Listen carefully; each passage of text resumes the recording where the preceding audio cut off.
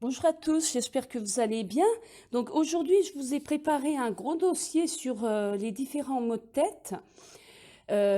Tout d'abord, je tiens à préciser que pour tout mal de tête survenant de manière soudaine et d'intensité inhabituelle, il vous est conseillé de consulter rapidement votre médecin afin de trouver l'origine et d'éviter ainsi les complications.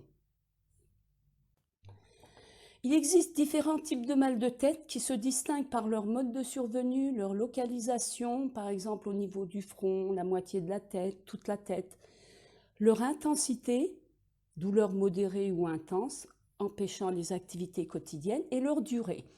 Les maux de tête les plus fréquents sont les céphalées de tension et les migraines. En fonction de leur origine, ils peuvent être accompagnés par d'autres signes comme une fièvre, des nausées par exemple. Dans certains cas, les maux de tête peuvent être le signe d'une maladie plus grave. N'hésitez pas à consulter votre médecin en cas de symptômes inhabituels, même si vous êtes sujet à des céphalées ou des migraines régulièrement. Donc alors, voyons les causes et origines possibles. Mais bien sûr, cette liste est non exhaustive, hein. Alors, quelles peuvent être les différentes causes? C'est un sujet que je connais bien, malheureusement, étant moi-même migraineuse depuis presque 40 ans. Cette liste est bien entendu non exhaustive, chaque personne réagissant différemment à certains aliments, les additifs alimentaires par exemple, la pollution également. Donc allons-y. Alors, tout d'abord, comme cause possible, l'alimentation, c'est-à-dire par exemple une consommation d'aliments transformés, des plats industriels bourrés d'additifs alimentaires, notamment le E621, le glutamate monosodique, un additif alimentaire utilisé comme exhausteur de goût de synthèse dans des milliers de produits alimentaires tels que les soupes en sachet, les chips, les plats préparés, les produits de régime, etc. Certaines personnes peuvent déclencher des réactions allergiques telles que des maux de tête, des crampes, des engourdissements, de la fatigue, de l'urticaire, de l'asthme, des bouffées de chaleur. Et il augmenterait aussi le risque de diabète, d'obésité et d'hypertension artérielle.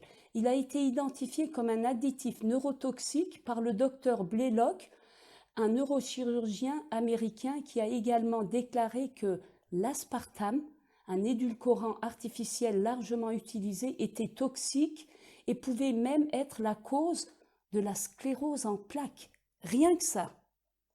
Vous voyez, c'est pour ça qu'on insiste beaucoup sur le fait de limiter au maximum les plats transformés, les aliments industriels. Voilà. Ensuite, comme autre cause possible, des troubles de la vision non ou mal corrigés, un port de lunettes mal adapté, la contrariété, la colère, le stress, l'anxiété, la fatigue, également une déshydratation, une hypoglycémie, des allergies respiratoires comme par exemple l'allergie au pollen, certaines odeurs de tabac, parfums, épices, une intolérance ou une allergie alimentaire, comme par exemple le gluten, une surcharge hépatique, un excès d'alcool ou de tabac, une consommation d'aliments gras lourds à digérer, du chocolat, certains fromages, les aliments fermentés comme les cornichons au vinaigre, par exemple, une mauvaise posture, l'arthrose cervicale, des problèmes dentaires, une carie ou une malposition dentaire, des régimes restrictifs, également certains médicaments, le syndrome prémenstruel, des règles douloureuses ou irrégulières, ce qu'on appelle une migraine cataméniale ou menstruelle, la pilule contraceptive, une carence en fer ou en acide folique, en vitamine B9, la pollution atmosphérique, le changement météorologique, le vent, le froid, l'orage, une perméabilité intestinale, les pieds plats. Donc là, on fait attention si vous avez mal à la tête après une promenade, par exemple.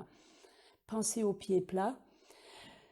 l'indigestion ou l'intoxication par des aliments, des produits chimiques, l'inhalation de produits chimiques ou autres produits, l'affection, des affections ORL, une otite, un rhume, la grippe, une sinusite par exemple, un manque ou un excès de sommeil ou d'aliments, des excès de chaleur, de soleil, de bruit également, et ça peut encore continuer. continuer. Alors, quelle solution naturelle?